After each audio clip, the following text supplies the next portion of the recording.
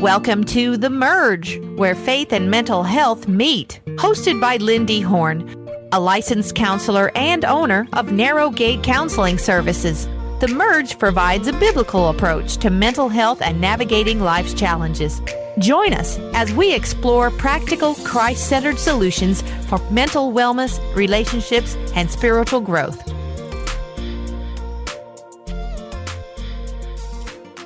Welcome to The Merge, where faith and mental health meet. I'm your host, LynnDee Horn, and my right-hand lady, Candace Leon, is here with me today so that we can talk about faith, mental health, and the power of curiosity.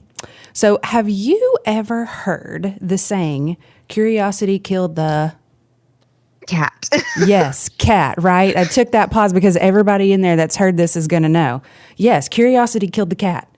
And so what I want to do with curiosity today, it can get a bad rap. And I think that's rightly so sometimes with our curiosity. I mean, outside of being deceived, we look at Eve in the garden and her curiosity about this fruit that she was told to stay away from.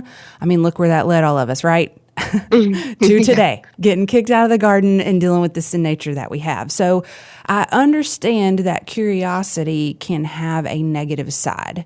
And so when we're talking today, I want to say with caution that curiosity can be a superpower, and that's where we want to lean to.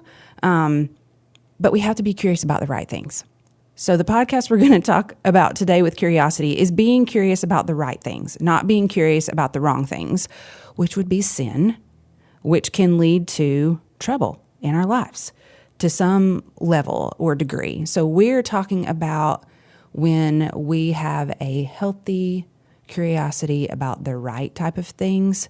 And so we're not trying to do the curiosity kills the cat thing. We're trying to do the how can we harness curiosity as almost a superpower. And so we're going to explore that and how it can be helpful as part of our growth and our healing and our overall well-being today. We want to be curious like Moses at the burning bush. When we read that story about Moses, the reason that he saw off, like he saw kind of off in the distance, this bush that was not burning up, yet it was on fire. And he got curious about that. Why does it look that way? And then as he approached, he realized he was on holy ground. And that curiosity led him to his life's purpose, what God had called him to do in his life. So that's the type of curiosity we are trying to harness today. And we're going to talk about how it is good for our faith. We're going to talk about how it's good for our mental health. And the truth is, I've said this so many times on the podcast before, but if it's good for your spirit, it's good for your brain. So, we could merge technically all of these, I guess pun intended, but, and so when we're kind of breaking this down and saying this is good for your mental health and this is good for your faith, it's really good for both. I mean, we're trying to have some categories here, but it's all intertwined and combined, and it can just be good for us. So that's why we're going to talk about curiosity today. But to get a good foundation of what curiosity is, or anything else we're talking about, I love to start off with definitions. So Candace, can you start us off by defining what curiosity is? Yes. So curiosity is first the desire to know. It's also inquisitive interest in others' concerns, nosiness, the interest leading to inquiry, and an intellectual curiosity. The reason I'm laughing about nosiness, and I think I've said this before on here, but I really feel like, I've always been very interested in other people's concerns. So since I was little, I wanted to know what was going on. And I was just always very curious about other people and their stories and what was going on with them. And so, you would call that nosiness. I have decided that counseling and God's calling on my life was the constructive, holy, healthy way for me to be nosy. And so God took my curiosity of other people's stuff and was like, I'm going to have to use this for my glory so this doesn't get her in trouble. And so he made me a counselor. So and I talk about this sometimes anyways, is that one of the biggest tools that we use as counselors, trained counselors, is curiosity. it really opens the door to so many, to conversations, to things that are hidden, to just help people feel valued. And we're going to talk about all of that today, but it's about being curious. So I'm excited to get into all of this because I think it can just do so many good things for us. So, and curiosity is all about asking questions. To some degree, whether we're asking those questions to ourselves, whether we're asking those questions to other people, whether we're asking those questions to the Lord, like curiosity has an asking component to it. And the definition that Candace said, this inquiry, sometimes it's intellectual that we're asking those questions for knowledge or understanding. Sometimes it's just to learn something completely new. So all of these things are just like this inquiry, this questioning. How do we harness curiosity and this desire to know to be a good thing in our lives? So here's just a little science about curiosity, just really quick. A curiosity is a trait that is actually impacted by your genes. So some people, about 20%, actually have what is called a higher trait level of curiosity. And really, that's just all of our different personality types. Some personality types are just more curious and inquisitive than others. So have you ever been around the kid that asked 20 million questions? Yeah. Yes. It may be their development and growth stage, but a lot of times, because you may have more than one child and one of them questioned you to death and one of them did not, right? Mm-hmm. So a lot of times that one that's asked all the questions is probably a learner and maybe a teacher someday, because that kind of goes in hand with like the teacher gift or a creative gift. But it's also a personality trait. So about 20% of people, so 1 in 5, are going to have that considered that higher level of curiosity than others. And those people that have that higher trait curiosity, which we can also cultivate it, but again, for some it's just there, report deeper life satisfaction and more frequent feelings of joy and contentment. So curiosity really is linked in general to more positive moods when you look at all of the research. It's also linked to a decrease in stress responses. And there's a lot of different reasons for that, but we all want less stress, I believe. So I think we can all jump on the curiosity train just to get a little less stress in our lives. And it also really enhances our social relationships, and we'll get more into that as well. So let's start with how curiosity can just impact or be helpful to our mental health. And Candace, walk us through a little bit of those things first. Okay, so curiosity increases cognitive flexibility, which is the ability to adapt to change, which lowers stress. Curious people look for solutions and new info to address a situation instead of avoiding it or repeating patterns that haven't worked. Curiosity also increases our insight and self-awareness. So curiosity is about continually stopping to ask questions. Like when those questions are open-ended and directed at our own thoughts and assumptions, we can gain insight and self-knowledge. Let me stop you there for just a second. Okay. I think this is just so great because, a lot of times I'll just say on a counseling journey, many, many times I'm leading someone to discover more of who they are, who God created them to be, what their strengths are, that kind of thing. Well, and also where the places are that, a lot of times with strengths, the opposite of that is there's pitfalls to those. Just like with curiosity, it can be a strength or it can be a pitfall if you're curious about the wrong things.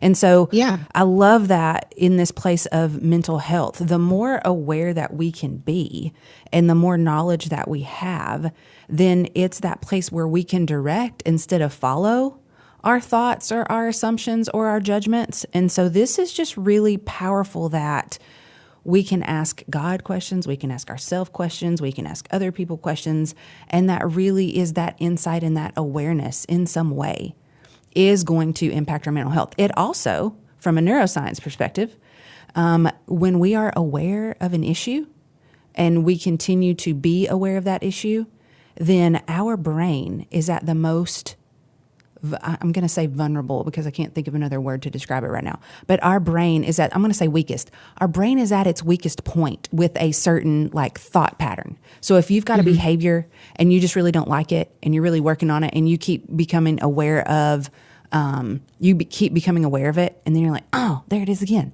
Oh, there it is again. Dang it, I responded the wrong way again. If the more we start becoming aware of that, our brain is at its most optimum place to be rewired.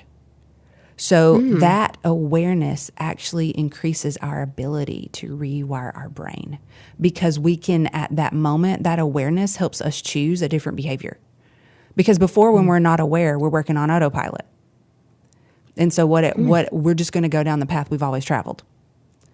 So I just want to stop there because I just love that curiosity can do that for us and the implications of that. If we can just be curious and ask those questions, then that's the first step of rewiring our brain to get those new patterns that we want. So, I love that. Yeah. No, it's good. That's so good because I mean, even the part of that of the open-ended where we are just, like you were saying, just taking our brain, our thought to that next step, you know what I mean, that we weren't there before. So we're able to think about new ideas. We're able to think about things differently with those types of questions, that type of curiosity. Let me say something else about questions too, really quick, since you just mentioned that.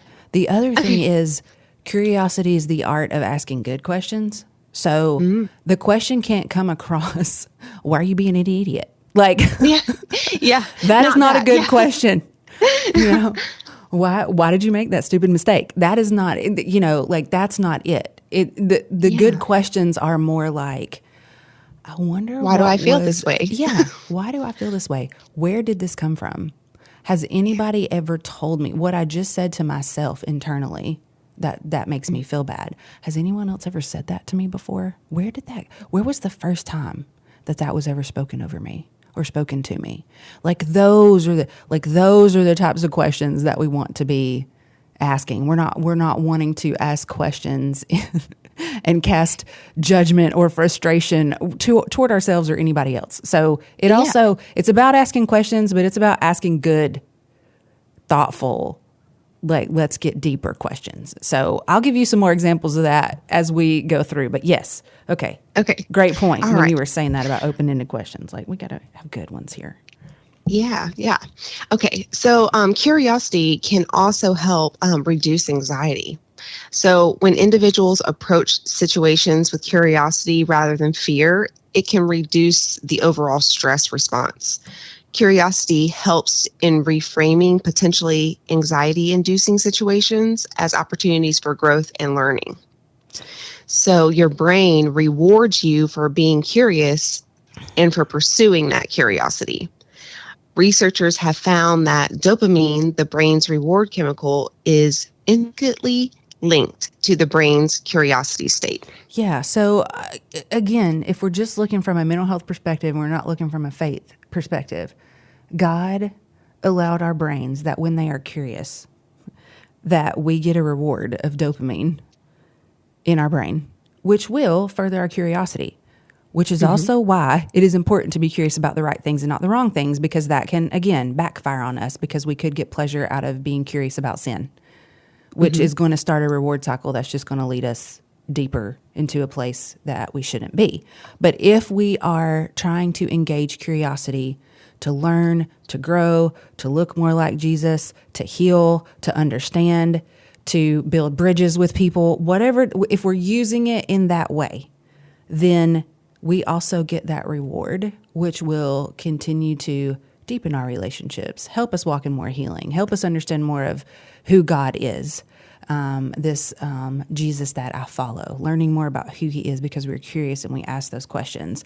And I also really love that we have the opportunity. I was listening to a podcast on, I think it was resilience or something like that. It was around that, and it was around kids. And he said that his mantra with his child was always, we're either going to win or we're going to learn.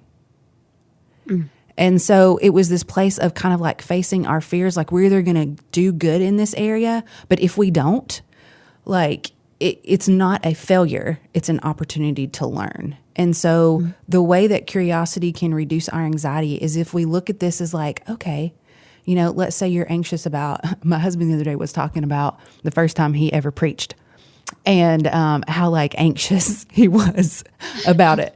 And he still went through it. And to be honest, he did great. I was in the audience, but, and I thought it was wonderful, but it was this place of he went ahead and did it anyways and just really asked God to use him, right? Because he wasn't going up there to preach because that's what he wanted to do. He was asked to do that.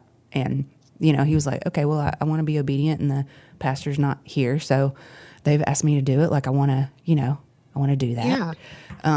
And so in that, it's not that he wasn't scared, but he also knew that he wasn't alone when he got up on stage and that you have to do things to get better. It's just the bottom line. Yeah.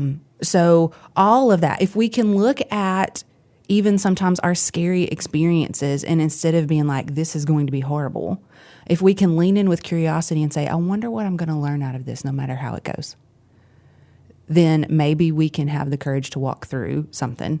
And we're going to have a different stress response because we're not just telling ourselves. Our internal dialogue is not just, this is horrible, this is horrible, this is horrible. We can kind of switch to like, this is an opportunity to grow. Or what am I going to learn from this today? This is going to be interesting, but I wonder what I'm going to learn today, you know, whatever that looks like. So again, I'm going to go through those really quickly. And there's so much here, but we can only do so much on a 1 hour podcast.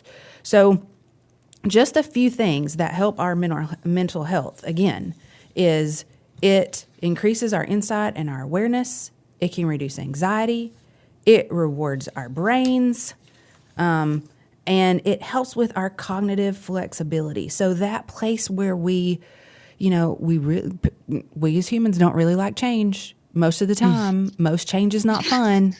So, you know, most change in our life is not like, oh, I'm going from an office without a window to a window. Yay, this is exciting. Like, yeah, it's not all like great, you know, and I get to rearrange my furniture. Some change we like, but a lot of change we don't. And it really throws us off. And so if we can have that cognitive flexibility and that shift where we can see how it's helpful, or we can, avoid doing things that we know aren't going to get, like repeating patterns that just continue to get a result that we don't want. Like we need that flexibility and that ability to adapt to change so that we can manage our life with lower stress.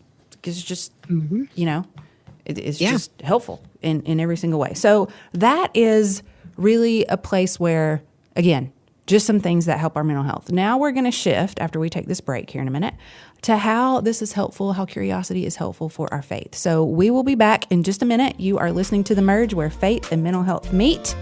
We'll see you on the other side. Narrow Gate Counseling, providing professional counseling where you are.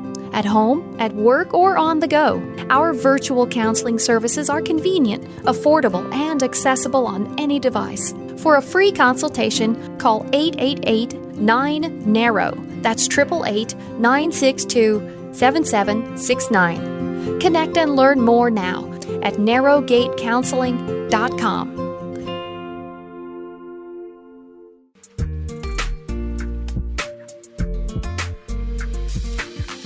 Welcome to The Merge, where faith and mental health meet. I'm your host, LynnDee Horn, and today I am with Candace Leon, and we are going through faith, mental health, and the power of curiosity. We've already talked about, yes, there's a flip side of a coin of curiosity where it can lead us into bad places if we're curious about the wrong thing. But if we are curious about the right things, and we are trying to use curiosity as a God-given way to grow, explore, change, then we're on the right track, and there's some great benefits from that. So we've talked a little bit about the science, we've talked a little bit about mental health, and now we're going to shift to how is this helpful to our faith, which again, it's really hard to kind of separate these. They all go together, but we just put them in some categories to try to help. So if we look at Jesus in the Bible right now, me and my family are kind of we're in some family devotions and we're reading through John. And I'm loving it in a whole different way because I'm seeing Jesus in a different light than I have before. Just reading all the red in our Bibles about how he taught. Yeah. If you notice how he taught, yes, he taught in parables, and yes, he taught at times because there were things that were supposed to be hidden to others and not to believers, right? But he taught in a way that provoked questions. He taught in a way that provoked curiosity. Now, whether those questions were coming in the wrong heart motive from the Pharisees or the Sadducees or whoever it was that day, or if they came from the right motive, where his disciples, the people that were following him, are hearing these teachings, and they still have questions. Like, what did he mean by that? And sometimes they asked it out loud, and sometimes they just asked it in their heads, and Jesus answered them either way. So, because he knew either. He can do that. He knows already. Yeah. Right. Yep. We can't. But when the disciples responded with curiosity, he met them there. And, I was thinking about, I didn't put this in the notes, but I was really thinking about how Jesus says, like the children will inherit, like come as like a child, right? Or the children will inherit the kingdom. And if you think about children are so curious. Yep. Yes. I mean, that's how they completely navigate this world that they've been born into. Curiosity. That's how they learn. That's what I was about to say. Curiosity helps them grow. It helps them learn. It helps them walk. It helps them run. It helps them eat. Like everything that we learn as humans, there is this basic source of curiosity that is one of the elements in learning and growing. And I just was thinking when I was pondering this topic, I wonder if part of coming like a child is that curiosity piece. Asking the questions, wanting to learn, wanting to understand, being excited about the information. I mean, I love, again, I've got a 4 and 7 year old, and I have experienced so many things that have brought me joy by watching them experience it for the first time. Because it's their curiosity. And as they're learning, it's like, oh my goodness. And it brings me joy just to see them have that joy in the pursuit of curiosity and then getting an answer and being in wonder or in awe of whatever they discover. Yes, it doesn't that part's so fun. It really is so fun, and it goes back and shows us how powerful that curiosity can be, and it makes sense that people with more curiosity can have joy and contentment in their life. Again, if curiosity is going in the right way, and so. If we look at our faith in general, I think curiosity, kind of like being a child, really helps us know more about God, His Word, and His ways, because we're coming with a curiosity of like, God, like, why did you say that way? Or I wonder why your teaching here is this. Or, wow, why did you make the birds do this? Or what? Even learning about His creation and products of Him, right? So all of that just... I just love that picture, and I think it makes curiosity such a beautiful thing if we're harnessing that in the right way. So that's one way it helps our faith, for sure. From a mental health / faith standpoint, curiosity also really helps us take our thoughts captive. And so psychology would explain that in a way where they would say you're your observer self, or there's like this degree of separation between your thoughts and feelings and being able to observe those or be curious about those. But it's the same thing. It's the same when God talks about taking our thoughts captive, that's what happens. So when we take our thoughts captive, it really is this separation between, again, just because I think it or feel it doesn't mean it's true or real. Or, I just had a thought. Is that worth entertaining? Is it godly? Is it helpful? Is it healed? Like when we can take our thoughts captive, we acknowledge the thought. We increase that awareness and say, I noticed that I'm having the thought. We've talked about that before, Candace, in another, when we were doing like the therapy tools. Yes. And I love the part where you're specifically saying it, asking yourself that question, is this healed? Like that's a good, curious question to ask, So yeah, definitely good stuff. Yeah. And being able to take our thoughts captive means that we stop and ask questions. So many people are like, what does that really mean? It just means you acknowledge a thought crossed your brain, and instead of immediately believing it or immediately reacting on it, we ask a question. Is that helpful? Yeah. Is that harmful? Is that healed? Is that the truth? Can I find that in the Word? Should I entertain this? Because, we're not, yes, we are a generator of our own thoughts from our personalities and opinions and our experiences, but we are not the only one that puts thoughts in our mind. So that can also be Satan, which is called again the accuser. So many times, if we are not in an awareness state of taking our thoughts captive, that thought that wasn't even planted by us can start to take root because we immediately believe it or we start reacting on it. Our thoughts or our action just go with it. So it's this place of when we're taking our thoughts captive, it's just we stop and ask questions. That's in the simplest form. That's what that looks like. Now, here's the other part. God also gives us thoughts. There have been so many times where I would have a thought dropped in my head that was not there before. That was just like, oh, that's good. Or maybe I'd ask God a question and then he answers me by dropping a thought in my head. And that information was not there before, or I would not have asked the question. I'm not that smart. I stopped a long time ago asking myself questions because myself could not answer them well. And that one was from God. Yeah. And so it's this place of, that's the other thing. Like, who are we asking the questions to? Ask them to the Lord. Don't even ask them to yourself, because yourself is going to be limited. Your knowledge is limited. It's the bottom line. So ask them to the Lord, because sometimes even, again, I'm getting off on a tangent here, but I'm going to bring it all back around. The Bible says that our heart is deceitful above all. And so even if, let's just say, last night my husband asked me a specific question, like in a good way. He was curious, and he was just like, "Hey, why did you do this?" And it took me a minute, and I was like, I don't know. And so, and I really had to think about it for a couple of minutes of like why I'd done this specific thing. And it came down to an emotion, but I wasn't even fully aware of that in the moment. And so, but also sometimes we've believed so many things about ourselves that isn't true that we may even mislabel an emotion because we've believed that. So it's better to ask God than ourselves anyway. Sometimes we can be like, well, what do we think? But then we've got to go, even if we're saying like, what emotion am I feeling? Even when we might label that to ourselves, it's really good to be like, God, is that it? Is there more? Yeah. Is there something hidden I don't see? Because our hearts are deceitful. We may think all kind of wonderful things about ourselves that is not true in reality, or vice versa. We may think horrible things about ourselves that are not true and live in that reality. So again, curiosity helps us. It is a step. It is a tool in helping us take our thoughts captive.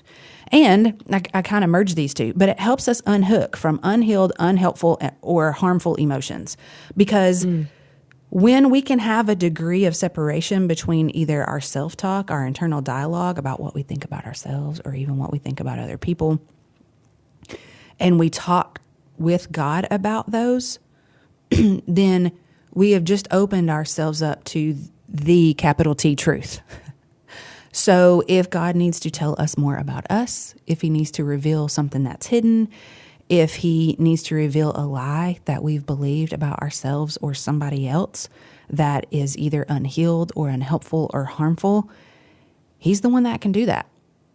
And I've talked before about, I've had so many moments of healing journeys in certain areas. And one of the first ones for me was really around self-esteem when I was younger. And my path to healing literally started out with a question. And my question that I pondered out of curiosity was, maybe what I believe about myself is wrong. Maybe what I believe about myself is wrong. And if it is, then what is the truth? And that started me on a healing journey with how God made me in all kinds of ways to be able to heal this part in me in places where the enemy had really stolen that. And I'd opened the door to it. So I'm not just blaming him. We're both responsible. But yeah, that's where it started. It started with, what if I'm wrong? What if I'm wrong about what I believe about myself? And that opened the door to healing for me. So yeah, it can really help us unhook. It also really can help us locate and focus on root issues, because one of the, I believe, schemes of the enemy is, if I can keep them weed whacking, so to speak, if I can keep them focused on the symptoms and they put all of their effort and energy into the symptoms, then they're never really going to discover the root, and they're never really going to be free. That's so good. Yeah. And so if we can be curious about the symptoms, why does this keep coming up, Lord?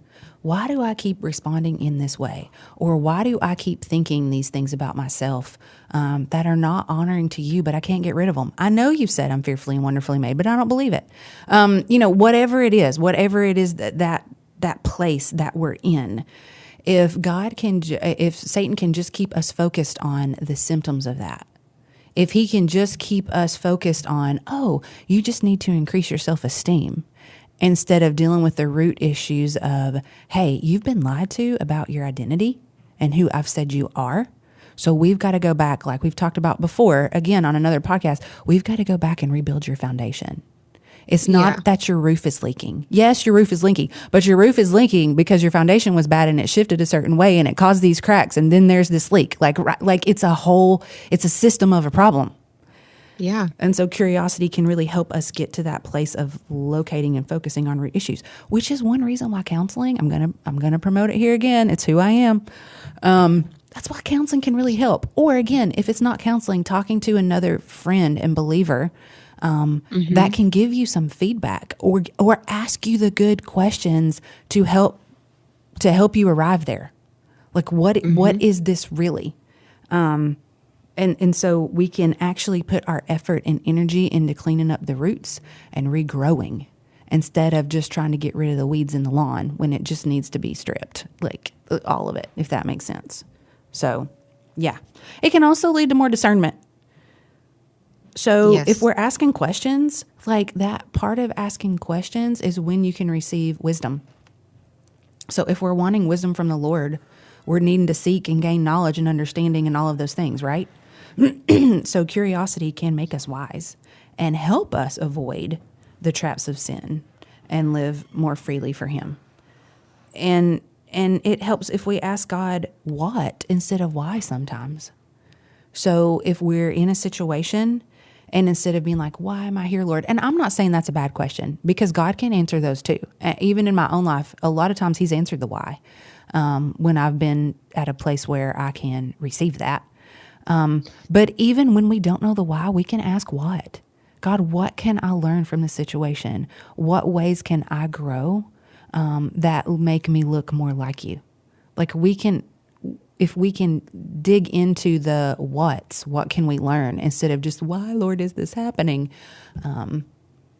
Then we've opened another door to growth and understanding him more, and maybe understanding more of what he wants us to look like and where we need to go with stuff. So all of this is just really amazing things that this little thing of curiosity and asking the right questions can lead to in our lives. So I've said a lot there. Any follow-up or any thoughts in me saying some of that? Oh, yeah. I was just thinking, like, those the positive, healed thoughts or questions, that curiosity, it also kind of just keeps us in alignment. Like, is this in alignment with what God says about me? Is this in alignment of what God says about them or, someone else? Those questions are really good, and coming from that healed place, that curious place of, is this what God says? And I love that. I like that perspective. And you just said something that even provoked something else in me. We can be curious before we're healed. Yeah. And I think that's that place where curiosity can lead to healing. One of the reasons I was so interested in this topic again, and I won't get into all of my story, but God has really led me probably in the last 2 years into mining deeper into curiosity of, where are some of my thoughts coming from? Where are some of my behaviors coming from? How do I look more like him? is this behavior that I thought looked like him really look like him? And so I've really been in this season of mining, and all of that started because of curiosity. And so it really, like, in certain areas, God's really done some very specific healing in my life and in my emotions, and in some places that were hurt. And in that journey in the last couple of years, like, I was not healed when I started the curiosity, but that curiosity was used and ignited and started this journey of healing as the result. And so I'm really passionate about the good type of curiosity, because honestly, it's bared so much fruit in my own life. So I just want to share it with you all to see what the Holy Spirit breathes on for you all that are listening today, to see how that can also be helpful to you, because it's been specifically so helpful to me over the last couple of years. So we can even start that curiosity when we're unhealed, and it's a little rocky. I'm not gonna lie; it's a lot. To be healed and curious is really even more awesome, and that's the goal. But we got to start somewhere. So yeah. Anything else before we shift? No. Okay, just making sure. So, alrighty. So curiosity does all this stuff, awesome stuff with our mental health. It does some great stuff in our relationships, in our faith. And so I want to dig in more about our relationships and how it's specifically helpful in those, because God did not make us to be an island to ourselves. He made us to live in relationship and community with other people, and that's in our families, that's in our lives, and our specific circles, our smallest circles to our biggest circles, wherever that is. He made us to be in relationship, and so curiosity can be extremely helpful in relationship as well. So I want to talk through maybe a couple of those, and we might have to take a break before we get through them. So it really does assist in conflict resolution. If we can get curious, so let's say we see behavior of somebody that maybe is hurtful to us. Maybe this is coming in a parent-child relationship, or maybe it's in a marriage. If we can get curious and not strictly immediately go to the offense or the hurt, and I'm not saying it's not justified. I'm not saying that. I'm not here to argue whether the hurt is justified or if it isn't. But if we can be curious about why the other person's responding that way, why am I immediately feeling like I need to defend myself when this statement is said? Like, if we can get curious and ask the right questions, maybe to ourselves, maybe to someone else in our family, then it can really help with conflict resolution, because again, we're not just dealing with the surface. We might be dealing with spiritual warfare. We might be dealing with lies that we've believed about each other. There may be this person unconsciously is really reminding you of another unhealthy relationship you've had in your life, and your brain's just a pattern recognizer, so it's triggered. I mean, there's so many reasons why we get stuck in conflict. And if we can take 1 degree of a step back, which you need the fruit of the Spirit of self-control to do that. So let's pray for that too. And just get curious instead. Or you may feel all the feelings and at least you're not responding in that way back, and you get curious instead. That is a powerful antidote to defensiveness when you're triggered, threatened, or your unhealed emotions try to surface. And this is one place I've specifically leaned in my relationships, is saying, A, where are my own reactions coming from, and how can I deal with those with the Lord? But B, when you're offended or you're emotional, it's really easy to assume and judge another person. It's really easy. That's our natural fleshly response. And so when we can give back feedback of like, hey, you made this statement. What was your purpose in making that statement? Like, even just that question, and not saying it in a snarky way in any way, but just genuinely asking the question, what was your purpose in making that statement? What were you hoping would be the result of that? And really listening to that person's answer. And they might be caught off guard in the moment because maybe the whole cycle is you're used to reacting. But it can be a place to lean in and understand the other person more, get a perspective you didn't have, and maybe realize your assumption was wrong. Or maybe it's confirmed and that just gives you something else to pray about. Either way, you're doing something different by leaning in to curiosity and asking. And also we have to ask ourselves or ask the Lord. I prefer to ask the Lord. Again, we've already talked about that. I don't really know much. But asking God, like, God, why every time this type of statement is made or this behavior happens, I feel some kind of way about it. Where is that coming from? And then letting him reveal our own stuff. Maybe it's areas where, again, I'm looping a lot of podcasts together today, but maybe it's in areas where we've been a people pleaser. And when a statement is made, we're really feeling like it's a judgment of ourselves, or we're not accepted, or we're not loved. And the problem is, no, that's not okay. And God is the only person that we need to approve and to love us and to choose us and say that we are good because he made us. So it can be, it's so complex, and there's answers to all of it. But so much of that antidote of growing and learning and understanding other people and ourselves and not being defensive or triggered or give in to the unhealed emotions is about being curious. Just try to be curious instead. And you may end up asking a bad question the first couple times. That's all right. At least you tried. The next time you'll get better. You'll get better at that.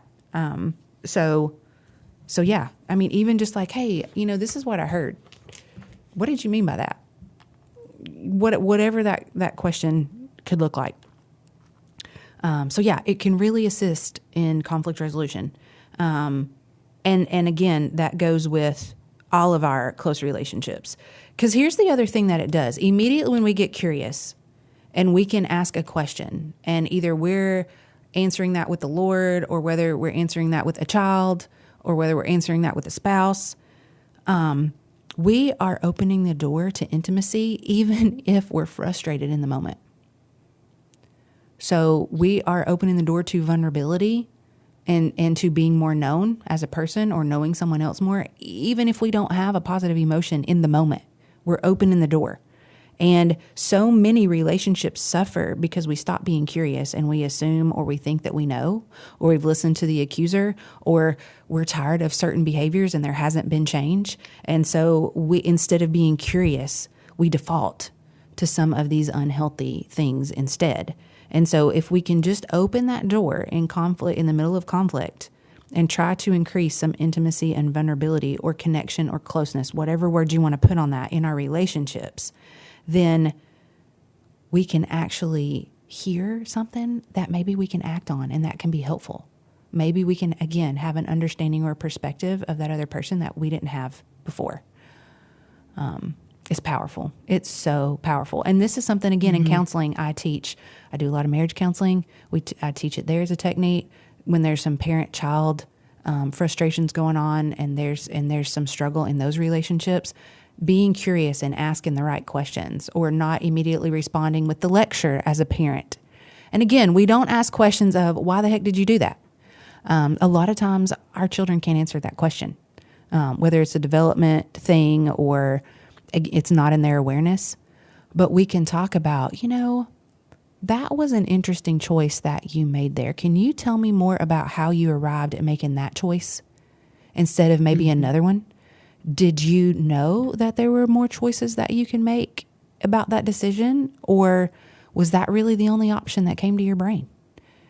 I mean, there's so many things that we can talk through if we can be calm and not reactive, depending on the situation. I'm not saying this is easy, parents. I'm not saying it's easy. Yeah. But it's so valuable if we can take off that hat. So helpful. And put on that curiosity hat instead. I'm gonna take off my disciplinary hat for the moment. I'm going to take, and again, it's not that these are bad hats. We need the disciplinary hat at times. But what happened if we got curious before we disciplined? So we knew the correct discipline to apply. The heart of the matter, yes. Asking, getting down to why that actually was the choice they made, Yeah. I like that. Yeah, absolutely. Okay, we got to take a break. So you're listening to The Merge. We'll be right back.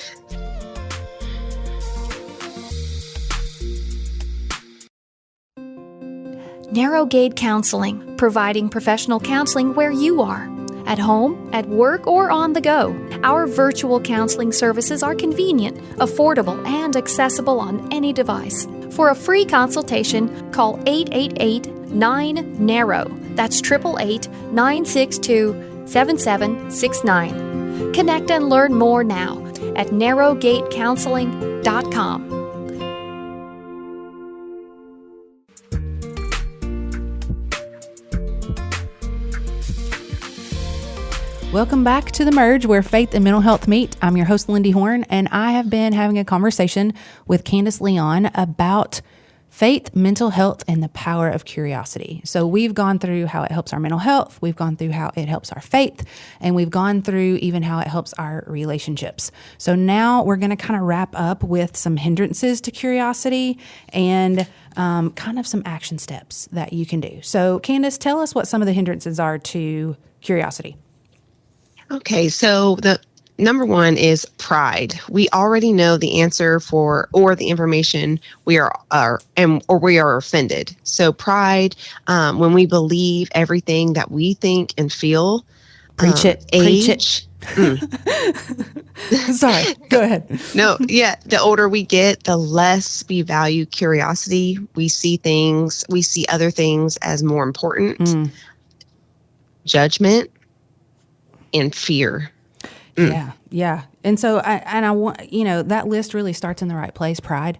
A lot of times pride just chokes out curiosity, because if we aren't willing to grow and learn in an area, or don't think we need to grow in an area because we already have that information, or we're not interested because we don't know how it's going to be helpful to us, whatever that looks like, that pride can really be, or we're offended in the moment and we're not going to be vulnerable and we're not going to give grace because we have a right?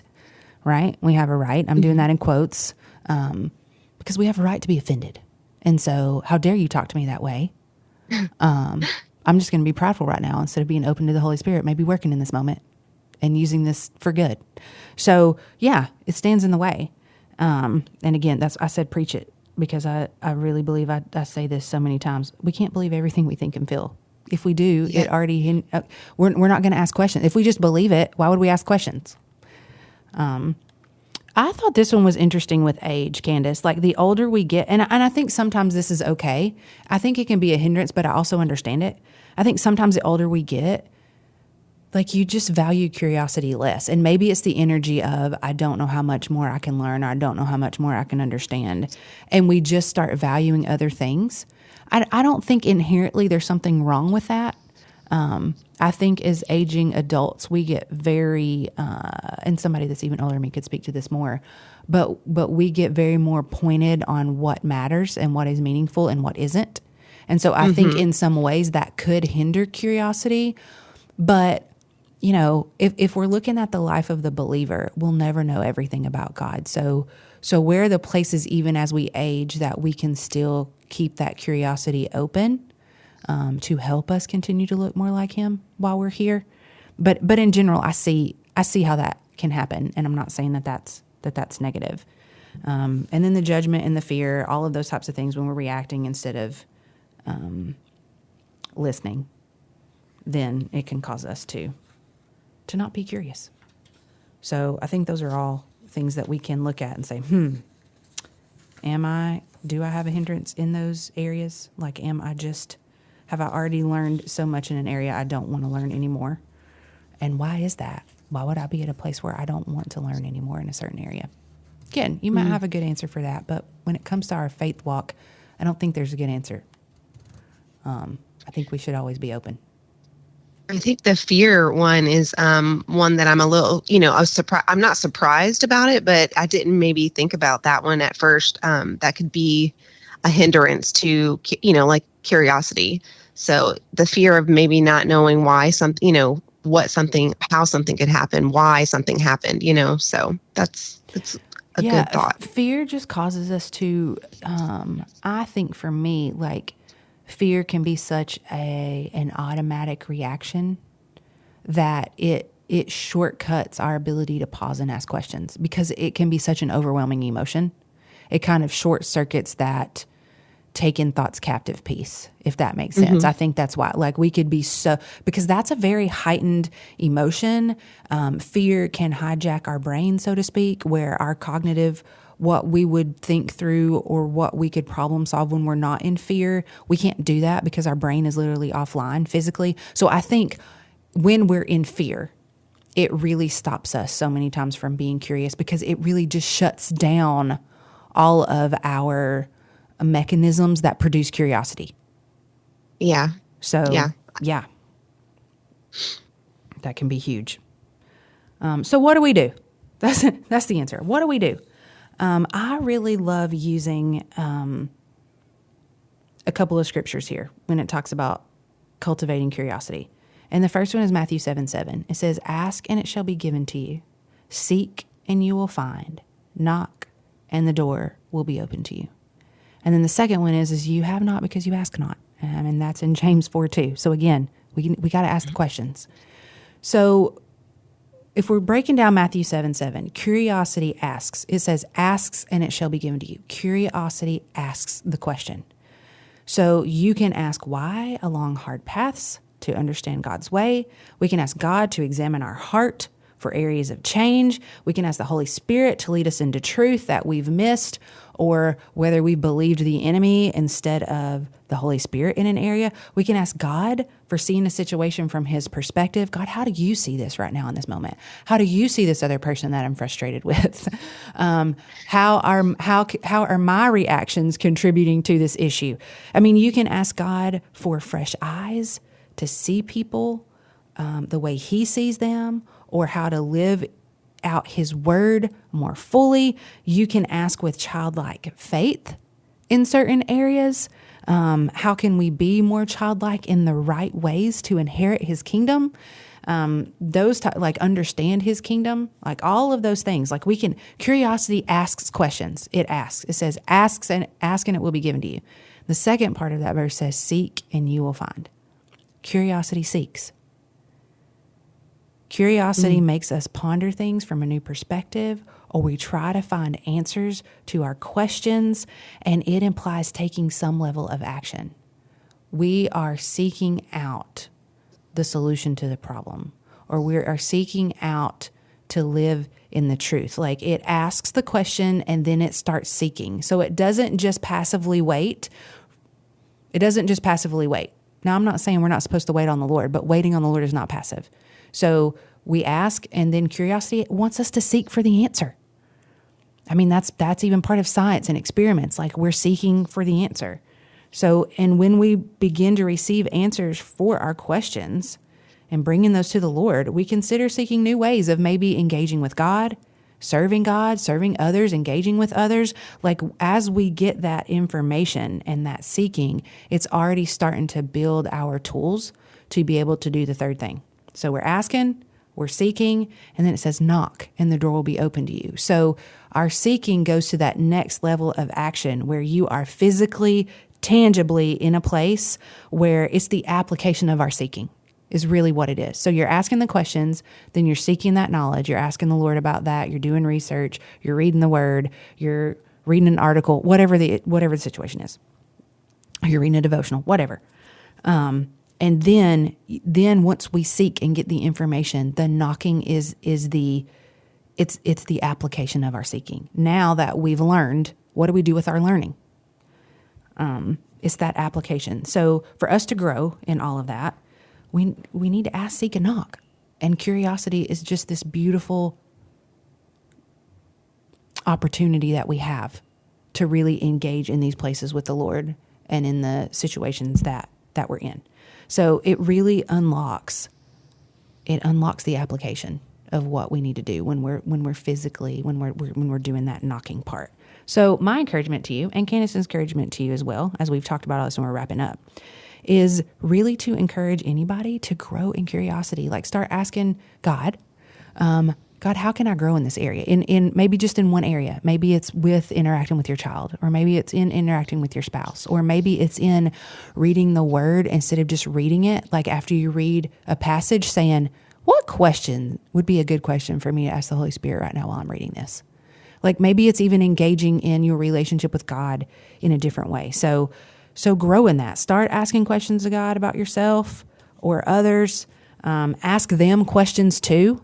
Again, when you're in relationship, and then it grows your faith. It's going to increase your mental health, and it's going to enrich your relationships. So again, when we pursue this in the right way, it can really be a superpower. Candace, would you add anything to that at the end as we're wrapping up?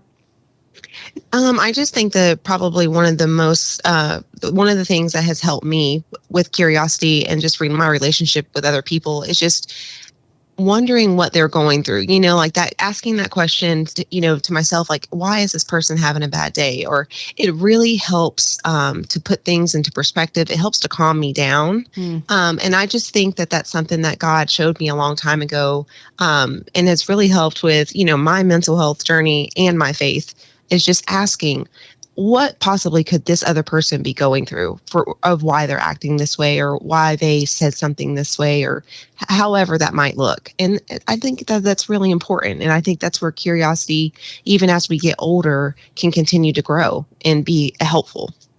Yeah. And it helps us be able to serve others, or at least get his perspective in that. I'm glad that you said that. And I also think we can even do that, with ourselves. Cause I don't know if you all have ever had this happen before, but there have been times that I've spoke something and it came out, maybe it came out sharp, and there was no intention for it to come out the way that it did, but it came out with a tone. Right. And I'm like, whoa, where'd that come from? It's like, I didn't even know that was there. So sometimes even us asking like, what am I going through right now that would make me say something in a tone that I didn't even want to say that? Maybe there's something that we're ignoring in ourselves at the moment that needs attention. So that's great. Like, I think we can turn that toward others, and we can turn that inward too. So that's perfect. So, all right. Well, we hope that this conversation has been helpful. I hope that it has in some way persuaded you to want to be more curious in the right ways in your life. And as always, I want to leave you all with this blessing from Numbers 6:24-26. May the Lord bless you and protect you today. May the Lord smile on you and be gracious to you. May the Lord show you his favor and give you peace. We'll talk to you next time. You've been listening to The Merge, hosted by LynnDee Horn. You can always find a copy and catch up on past episodes. Just subscribe to The Merge anywhere you listen to podcasts.